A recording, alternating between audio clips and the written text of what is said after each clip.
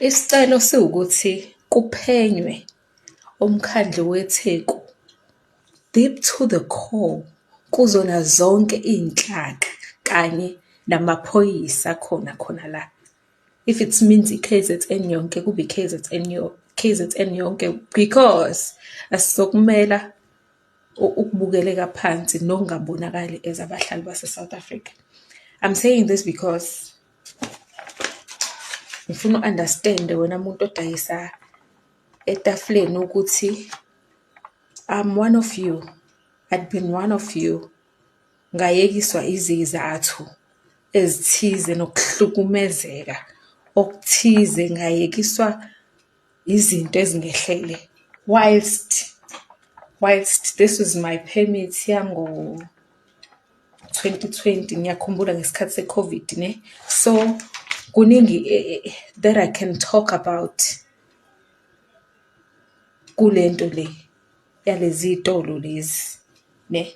So for you to understand the permits yango 2020, but I have more other paperwork that I have with me, right? Nokuthi how these people drift away abantu laba bala South Africa. Why do we have to pay you ukuthi wenze umsebenzi wakho thina sibe siphanda? Yet istate siyakhokhela ukuthi wenze umsebenzi wakho. Why is it that? Because labantu laba bayathengwa imost yabo. Musani ukufuna ukuthi sivundulule. We can take you door to door.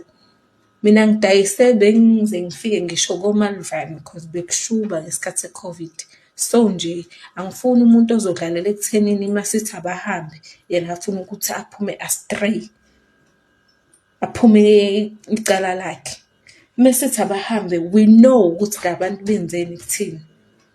And it's sad and very painful ukuthi wena awazi amazi okutshela umuntu wangaphandle ukuthi akutshena ukuthi ngeke uzulawule noma ungaya e-police station, ngeke baze bamenze lutho, amaphoyisa ngeke aze amenze lutho. Uthi uyayibuka vele i-line up yakhe yonke igcwele, you go reports there, akwenziwa lutho, they push you away. Guys, sinezinto thina eziphathekayo esingathi masisikhuluma nikhali. Mina ngizange ngivele ngiye ukudayisa emgaqweni. The treatment esiyithola ngaphakathi ema-ofisini amasipala, people who work there benzani, including Durban Metro, bonke.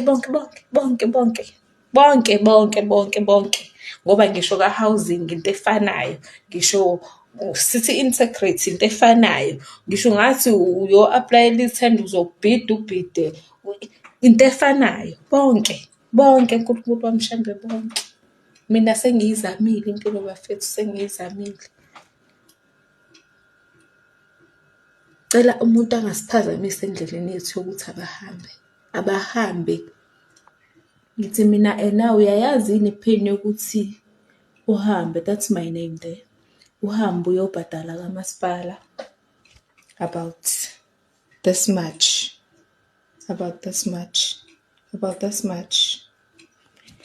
Uthi uyafika indawo yakho wena ikhiyiwe ne, ivaliwe. Uthi uyalandelela abantu bakhona bangakuniki attention. Uthi uye ema-office bakufaka office just because wena you don't exist to them, just because wena ngeke uzuyikhipha i-drink, just because wena you don't wanna do things ngale ndlela le abafuna ngayo. But uyawulandela umthetho ukuthi you must pay. Uyayazi leyo pain. So nje umuntu odayisa etafuleni guys uthwele kanzima. Noma ningathini, these people bayakhokha for what they are doing, hence they are defended so much. Bayakhokha, and thina vele ngeke sikwazi ukukhokha because odayisa ama-fruits laphaya vele uzokhona ukubhadala leyo mali eshiwo, then that's that. Bona because they do more beyond badayisa ama-drugs, singakufihli nje, because they do more. wena u-end up usu-infringe, ispace sakho siyahamba because of that. Because wena unamazwi, ispace sakho siyahamba. Siyazi thina ukuthi sidleliwe ezinye zezinto because we were told ukuthi izinto zaseThekwini municipality aziwona amafa. At the end of the day, obani abathola lezi ndawo? Obani? Hey, webafowethu. Nami ngwangaphandle vele ngiliswati mina ngwakamvubu. Umvubu ngaseSwatini man. Yabo? Ngizalwa kwaGumedeke kodwa la eShowe. Webantu abafana nami bangaphandle. Uyabona uZulu uma esacela mlalele mfowethu. AmaZulu lawa. Emadoda. Labantu balwa nabelungu bephethe ibhamu namabhomu. Bona bephethe imkhonto.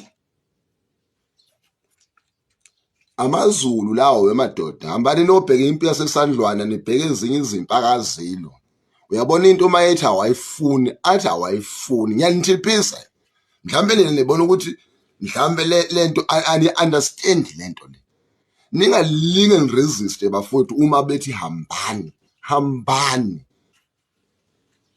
Ngiyanicela mina umlando ngiufunde kakhulu ngiyawazi mfowethu.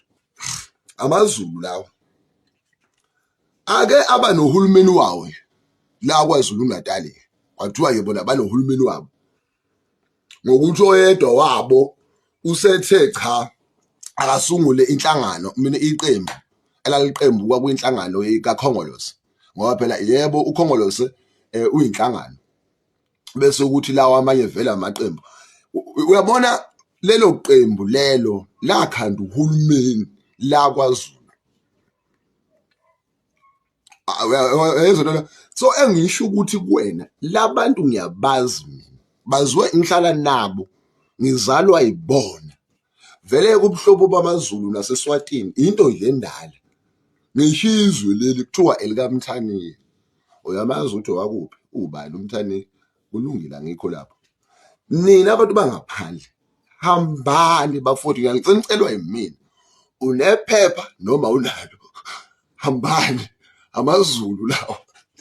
Nina niwenziwa ngendaba futhi ngeke yazi ukuthi angikhumulele lijezi liyangishisa ngoba le ndaba iyangifudumeza. Hambani bafowethu ngiyanicela. Nifike nezikhwama lana ebezinama drugs nema merchandise lawo eniwaphathayo amaklama namaclipper na yonke into namabhande. Kulungile senikwenzile bafowethu naratha amabhilidi nadayisa ama medication ama-dramp na compromise ngisho impilo zezingane nadayisa ama-purity angama fake nadayisa ama-drink. Kulungile lapha eSomalia nako Ethiopia senikwenzile bafowethu nadilika nezalana kodwa isikhathi sesiphelile. Hambani AmaZulu uma uthi AmaZulu lawo hey mina bantu la bantu banothando banenhlonipho. Le nonsense enikhuluma ngabo izobacasula kwayiyona.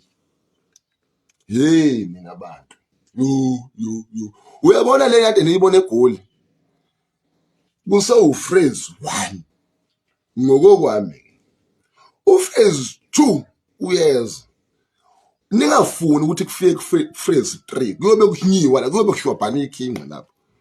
Ngiyaxolisa ngalowo magama kodwa kuyona inhlamba mazo understand isiZulu ayikho vele inhlamba.